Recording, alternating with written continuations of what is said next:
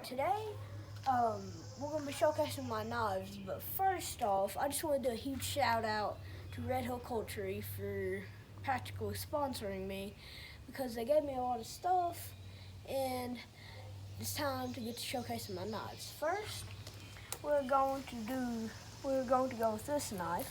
It has a deer antler handle and a brass, whatever that's called. I can't remember because I'm not that smart, but if you can see, the blade is very sharp and very shiny. Now, you can look at it. Now we're going to move on to one of my favorite knives that I possess.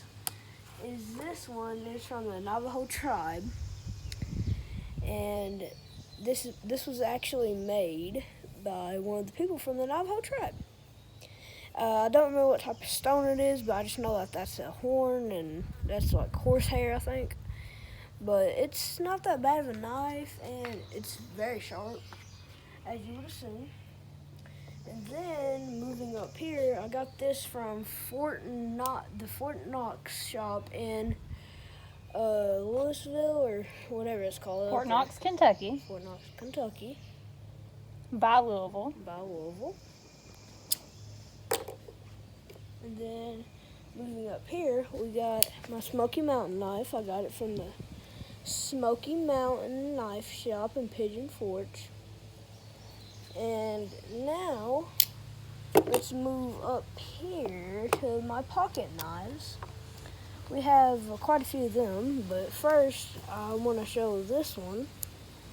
That is a, read it? Limited edition case. Limited edition case. And I love the way that the blades look on these. And I just love how many variety of blades there is. Ow.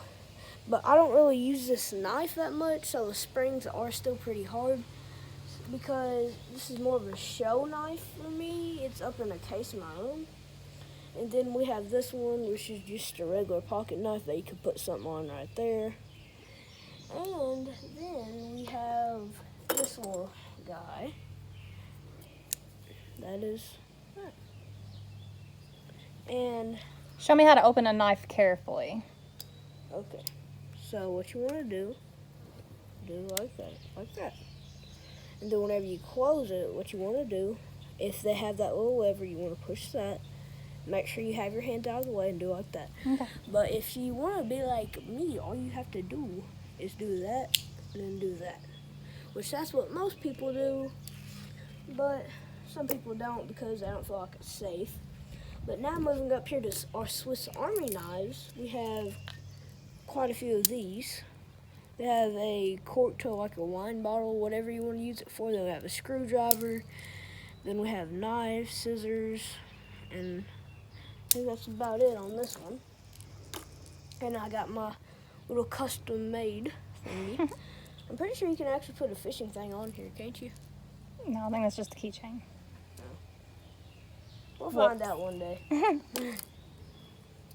And here is another Swiss Army knife. As you can see, this one has much more of a variety. But this one has harder springs because it's more of a show knife, because I got it from the Great Smoky Mountains. But there's all that stuff and a screwdriver, cork, basically everything that that one had. But this one has quite a bit more stuff on the underside, like the knife and tree saw thingy majig. And then that's not really sharp. And then this, the blade.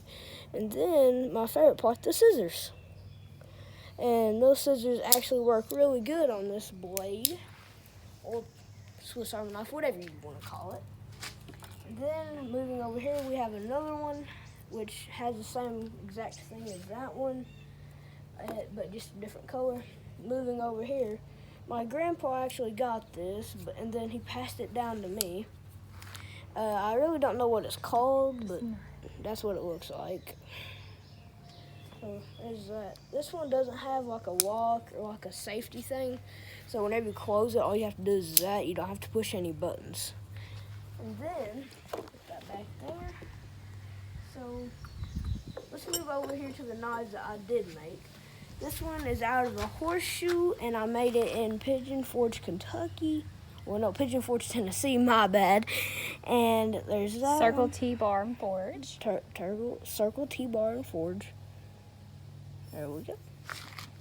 And here is one made out of a pony horseshoe. That one was made out of a horseshoe. But that one is made out of the horseshoe, made at the same place. So here's my survival knife. YouTube took the last one that I did down with it because I was swinging aggressively at something, and they didn't want me to like encourage other kids to start doing that and get people hurt or possibly killed. And there's that. It's a BOKER Magnum survival knife, and it has a compass, fire starter, whistle, blade sharpener, all the stuff that you need. And then moving on to my favorite knife, it is called a neck knife, and this one glows in the dark. And I'm going to show you why they call it a neck knife. So whenever, like, let's just say somebody's coming up to you, you do like that, and you boom, you have it. Let's see it. And then, I personally like the design on there, and the way that the handle fits, and you can like tie stuff onto there. Where'd you get that and the last one at? I got those two at Red Hill Culture, and that is my favorite knife place now. And I would highly recommend going there because it's just so fun, and the people that work there, they're amazing, especially Robin. She's always nice. She gives me tours every time I go there because they always get new stuff. She lets me hold knives, and just a big thanks to them. And let's move on to another knife. And then moving over here to this one, we got this one a few days ago. And it is also a BOKER Magnum.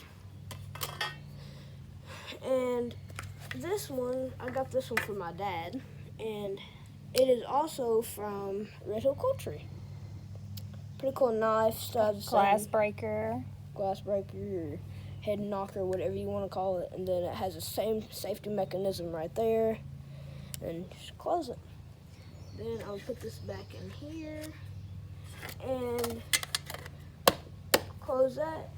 Alright, so we're moving on to the plier things. I have no clue what they're called. I need to do some research. Whenever I do that, I will put it in the comments, whatever these are. But the two that I have are basically the same, except for these aren't new. If I could stop dropping stuff, that would be good. And here's this one. Dang it, these are hard. And then these, you could tell that they're new and they've barely been used. And they have a lot more stuff than that one. Like they have a sharper blade. And then they have a pair of scissors. Like a utility knife. Yeah, it's basically a Swiss Army knife, just bigger, and it has a pair of pliers. And you would use it for fishing. Yes. I don't use that particular one. I use one of them that are in my tackle box in there. One day we're going to do a tour of my tackle box, but these, I got these in Pigeon Forge, Kentucky. Gatlin, Tennessee. Pigeon Forge, Tennessee. My bad. And these are throwing knives, kunai throwing knives. And I can't throw them right now because YouTube will take that down. But they're very sharp. But they are very incredibly sharp. And we're going to put these back before we get demonetized. And here we have a Switchblade. They are illegal in Kentucky, my bad.